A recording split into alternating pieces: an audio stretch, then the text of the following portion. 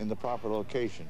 The only electrical thing that we'd use was a vacuum cleaner or an electric iron. So we had to learn how to do this, and it was hard work.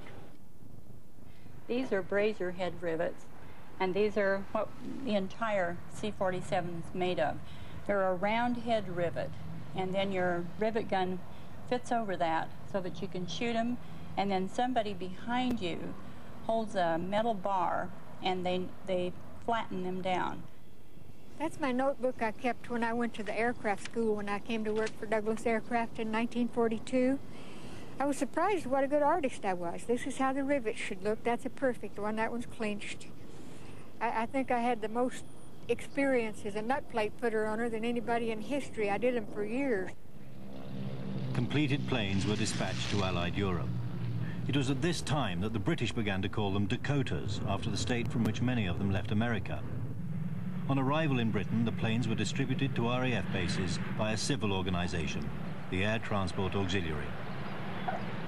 I was in the ATA, or the Air Transport Auxiliary at the time, and the chief test pilot and I had to deliver the first aircraft, but before we could do that, we had to write the handling note because we didn't have any training on the aircraft. We was just given a ferry chit and an aeroplane to move, and we found as many technical documents that we could on board and sort of worked it out for ourselves and literally did a flight test on the delivery flight so that we could leave the handling notes behind, so to speak, for the other ferry pilots to fly the aeroplane. And it was all done with pieces of paper and no hands-on training.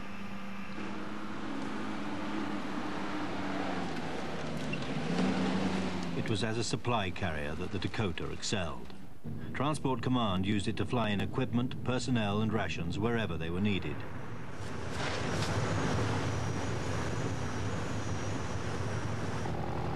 The heavy build of the C-47 made it ideally suited to makeshift airfields. In Normandy, for example, we were landing there about 10 days or so after the D-Day, and the army had bulldozed strips out into the sandy soil that was out there, and of course it was pretty rough, but the Dakota coped with it extremely well. It had a very robust undercarriage. It was an airplane that you could land on rough strips and do short landings, but it also was an airplane that was very easy to put down the ground very, very gently, because of course when you've got casualties on board, it's very essential that you try as much as possible to ease their pain. With paratroopers aboard, Dakota crews were subjected to even greater risks. When we were flying into Arnhem, of course, we were going along with a lot of colleagues, and you were flying along in a stream. Things were quite reasonable until you got near the dropping zone, well, when very considerable amounts of flak came up at you, and there was a slightly different hazard in which we were flying at about 1,000 feet, but above us were some Stirlings at about 1,800 feet, and right in front of me, I recall seeing a streamer, which is a pannier with the parachute didn't open, and it knocked the tail off a Dakota in front of me, and it went straight in. It was a very terrifying experience.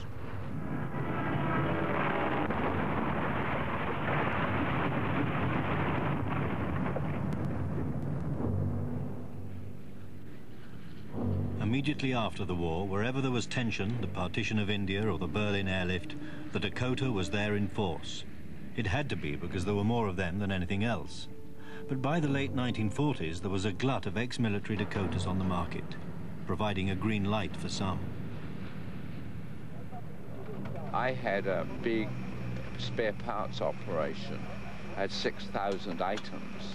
And one item, for example, would have been 6,000 aeroplane engines. And so I had a lot of parts for the DC-3 or stroke C-47.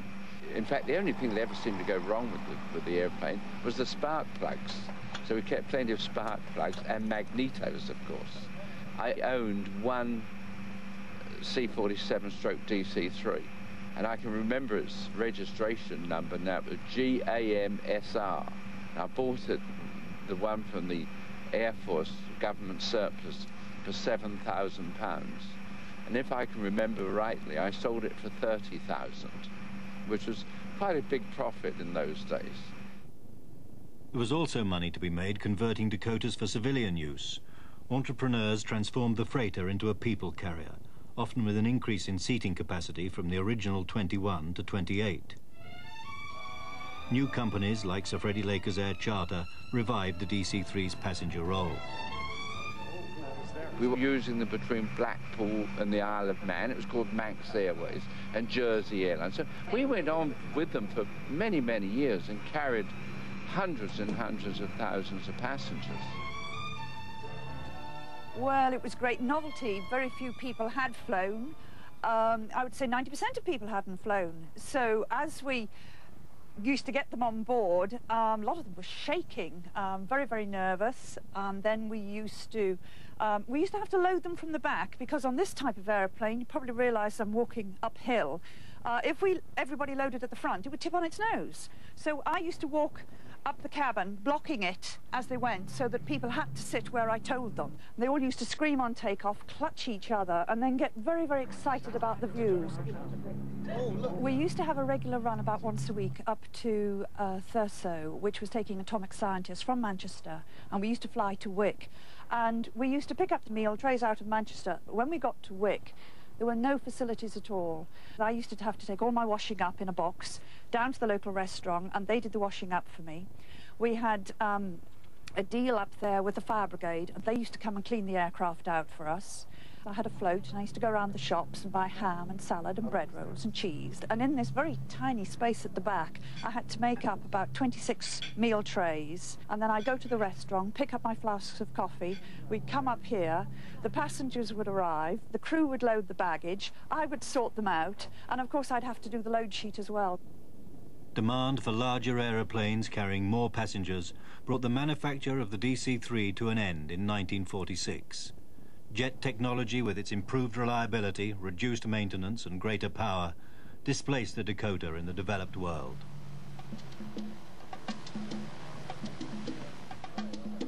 In the 1960s, South America and Africa received large numbers of DC-3s, both as cast-offs from the big airlines and as government aid from the Americans. Many of them were sent to Bogota, the capital of Colombia.